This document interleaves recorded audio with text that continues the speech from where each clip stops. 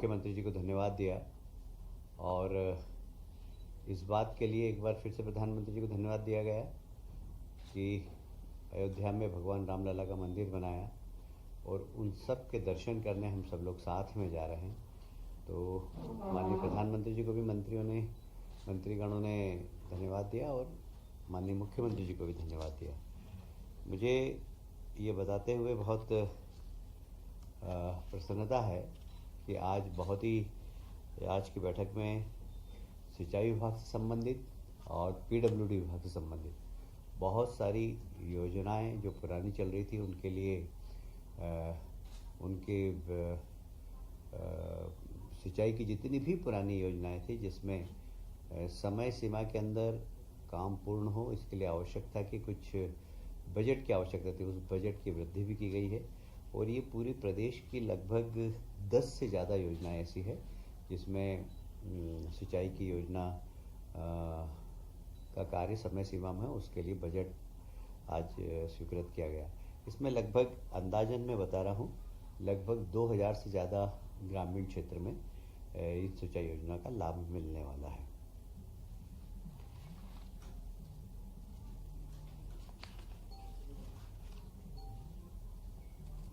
अभी जो call centre चल रहा है हमारा 100 नंबर का, वह बड़ी महत्वपूर्ण काम कर रहा है समाज के अंदर। समय के अंदर गाड़ियाँ पहुँचे, ये बहुत ज़रूरी है। इसकी मॉनिटरिंग भी बहुत अच्छी है और लगभग ऐसा अंदाज लगा कि 92% सक्सेस रेट है कि समय सीमा के अंदर हमारी गाड़ियाँ पहुँच रही है। पर इसका भी अभी जो कंपनी काम कर रही है BVG इंडिया लिमिटेड, उनका भी उनके टेंडर की समय सीमा पूरी हो गई थी, किंतु आगामी टेंडर निकालना है, उसमें लगभग 6 माह का समय लगेगा। इसलिए इसकी 6 माह की सीमा बढ़ाई गई है और दुरुस्त चुरुस्त कैसे हो, इसके ऊपर एक कार्य योजना भी बनी है।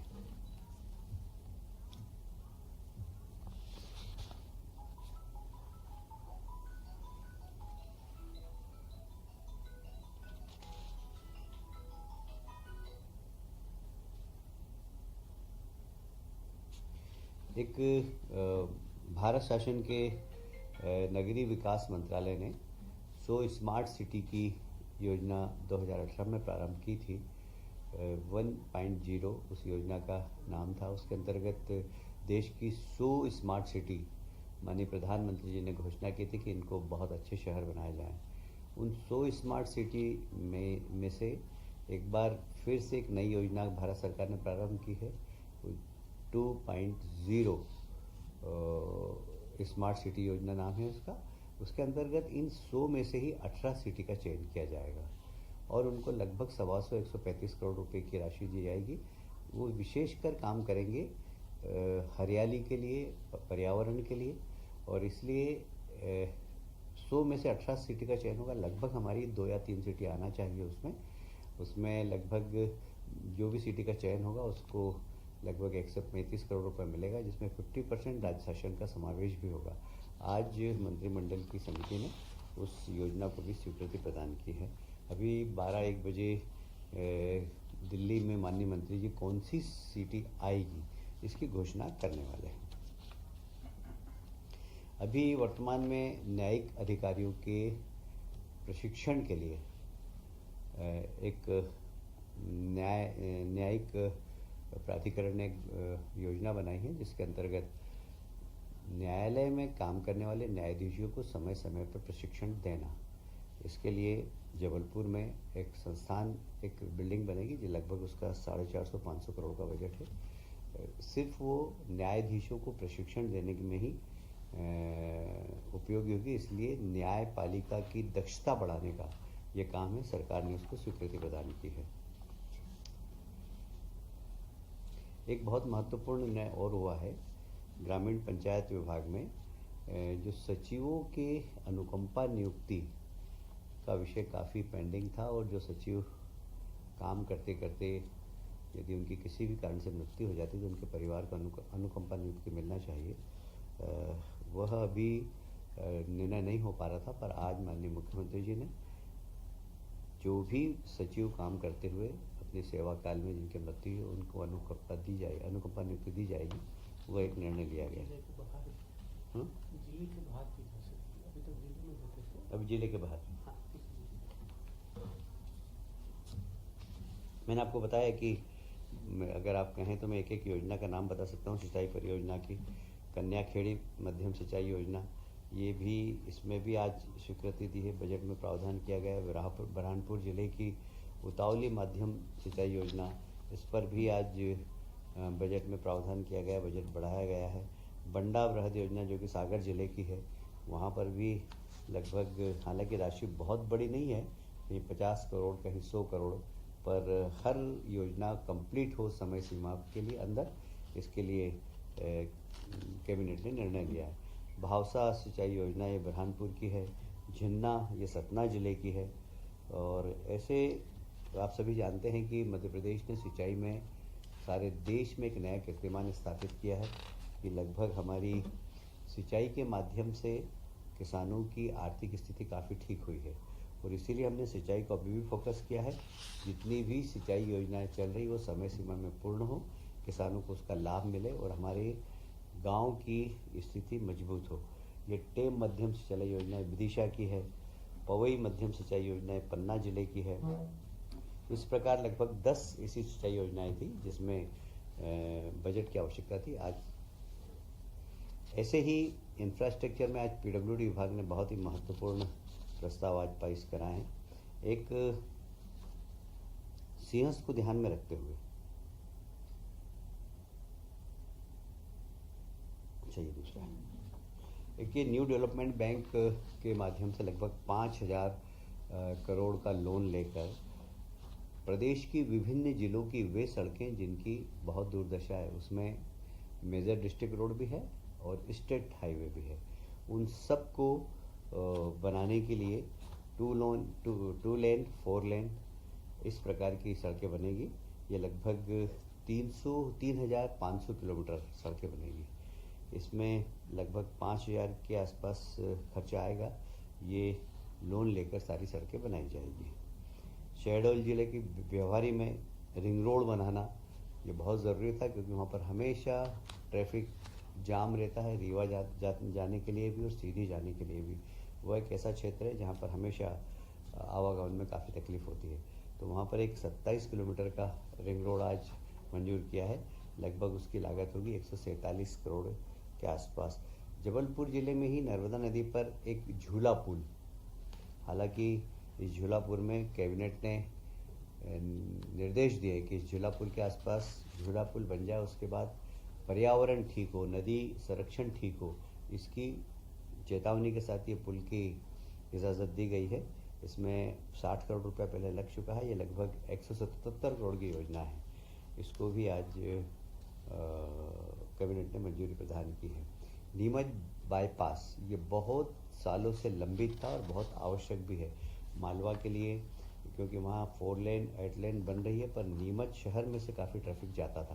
तो ये ट्रैफिक नीमच शहर का ट्रैफिक को ठीक करने के लिए, नीमच शहर का प्रेशर कम करने के लिए नीमच बाईपास का निर्माण किया गया है। ये किया जाएगा। ये 21 किलोमीटर का होगा और इसमें लगभग 111 करोड़ रुपए की लागत होगी। ये भी आज स्वीकृत कर दिया गया है। अशोकनगर जिले में शाडोरा में करीला माता का मंदिर है, जहाँ पर बहुत बड़ा मेला रंगपंचमी पे लगता है। लगभग 20 से 25 लाख लोग वहाँ पर श्रद्धालु जाते हैं। यह लगभग 54 किलोमीटर, लगभग 55 किलोमीटर लंबाई का है। इसमें लगभग 135 करोड़ की संभावना होगी। ये भी आज स्वीकृति प्रदान की गई है। एक नया रोड ग्रीन फील्ड पर बनाने का, सिंहस्थ को ध्यान में रखते हुए उज्जैन को जोड़ने वाली सभी सड़कों को जो 2 लेन है उनको 4 लेन कर रहे हैं, और जो 4 लेन है उनको 6 लेन कर रहे हैं। जहाँ जहाँ जैसी संभावना चौड़ाई की वो सब करने का काम, जैसे पिछली बार आपको ध्यान ही होगा, मैंने इंदौर उज्जैन रोड जो 4 लेन है उसको 6 लेन करने का निर्णय लिया गया था।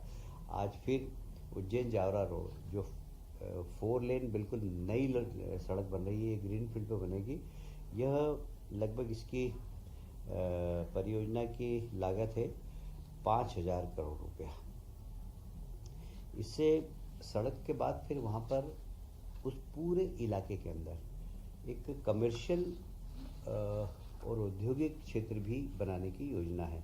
अपने आप बन जाता है, जहाँ पर सड़क निर्माण होती है वहाँ कमर्शियल एक्टिविटीज़ चालू हो जाती है।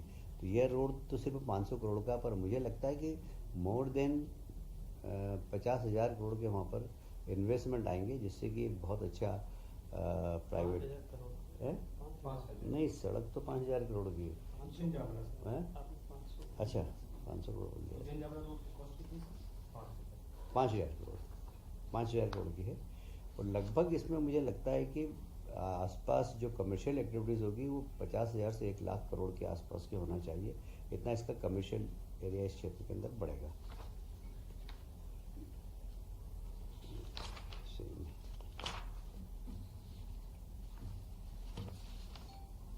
एक महत्वपूर्ण और निर्णय लिया गया है कि प्रदेश के शासकीय महाविद्यालय में कार्यरत जो प्राध्यापक है उनको 6वें वेतनमान स्कीम के अनुरूप AGP रुपये 10,000 रुपये दिए जाने की घोषणा आज निर्णय लिया गया है।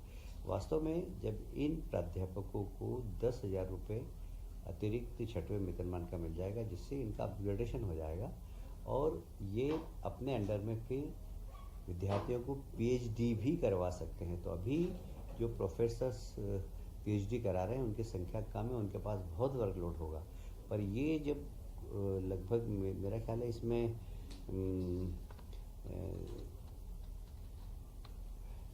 लगभग मोर देन 2,000 ऐसे प्रोफेसर होंगे जिसको इसका लाभ मिलेगा। तो 2,000 प्रोफेसर्स ऐसे होंगे मध्य प्रदेश के अंदर जो PhD कराने के लिए अधिकृत हो जाएंगे, जिससे हमारे यहाँ PhD करने वाले विद्यार्थियों की संख्या भी बढ़ेगी। इनको ये भी फ़ायदा है कि ये आगे कुलगुरु बनने की योग्यता भी इनको मिल जाएगी। प्रदेश में एक और बहुत ही महत्वपूर्ण निर्णय हुआ है। प्रदेश में PPP मोड पर मेडिकल कॉलेज की स्थापना। लगभग इसमें सरकार इन्वेस्टमेंट करने वाले को ज़मीन उपलब्ध कराएगी। ज़मीन का जो भी कलेक्टर रेट होगा उसके अनुसार उसको राशि देना पड़ेगी और लगभग उसमें वैसे ऐसा माना जाता है कि हॉस्पिटल और मेडिकल कॉलेज बनाते हैं तो लगभग 500 करोड़ का खर्चा आता है, पर उसमें इन्वेस्टमेंट कम हो इन्वेस्टर का, इसलिए जिला अस्पताल हम उसी को दे देंगे। तो जिसे अस्पताल बनाने की ज़रूरत नहीं, उसको मेडिकल कॉलेज से ही उसका काम चल जाएगा। उसमें शर्त ये डाली गई कि अभी मेडिकल कॉलेज अभी जिला अस्पताल में जितना स्टाफ है उसकी सैलरी वो प्रदान करेंगे। कुल मिलाकर जब हॉस्पिटल बन जाएगा और मेडिकल कॉलेज खुल जाएगा तो उसमें 75% बेड सिर्फ गरीबों को देना पड़ेंगे, 25% वो कमर्शियल उसका यूज़ कर सकेंगे। तो ये एक बहुत महत्वपूर्ण योजना है जिसमें कि हमारा मेडिकल इंफ्रास्ट्रक्चर और मेडिकल सर्विस दोनों ही मध्य प्रदेश में अच्छी हो, और इसके लिए बहुत लगभग इस पे हमारी 1 घंटे चर्चा हुई और एक बहुत ही महत्वाकांक्षी निर्णय सरकार की ओर से लिया गया है। सभी जिला अस्पतालों के लिए कुछ चिन्हित जिला कुछ ऐसा है कि जहाँ पर अभी मेडिकल कॉलेज नहीं है वहाँ पर जो मेडिकल कॉलेज सरकार चाहती है कि हर जिले के अंदर मेडिकल कॉलेज हो। मेडिकल कॉलेज होता है तो उसके लिए हॉस्पिटल कंपलसरी होता है। हॉस्पिटल कंपलसरी होता है तो वो हॉस्पिटल अभी हमारे पास हर जिले के अंदर जिला अस्पताल हैं, वो हम हॉस्पिटल उसको दे देंगे जिससे उसका इन्वेस्टमेंट कम हो और वो ज़्यादा से ज़्यादा अच्छी सेवा कर सके। ठीक है जी।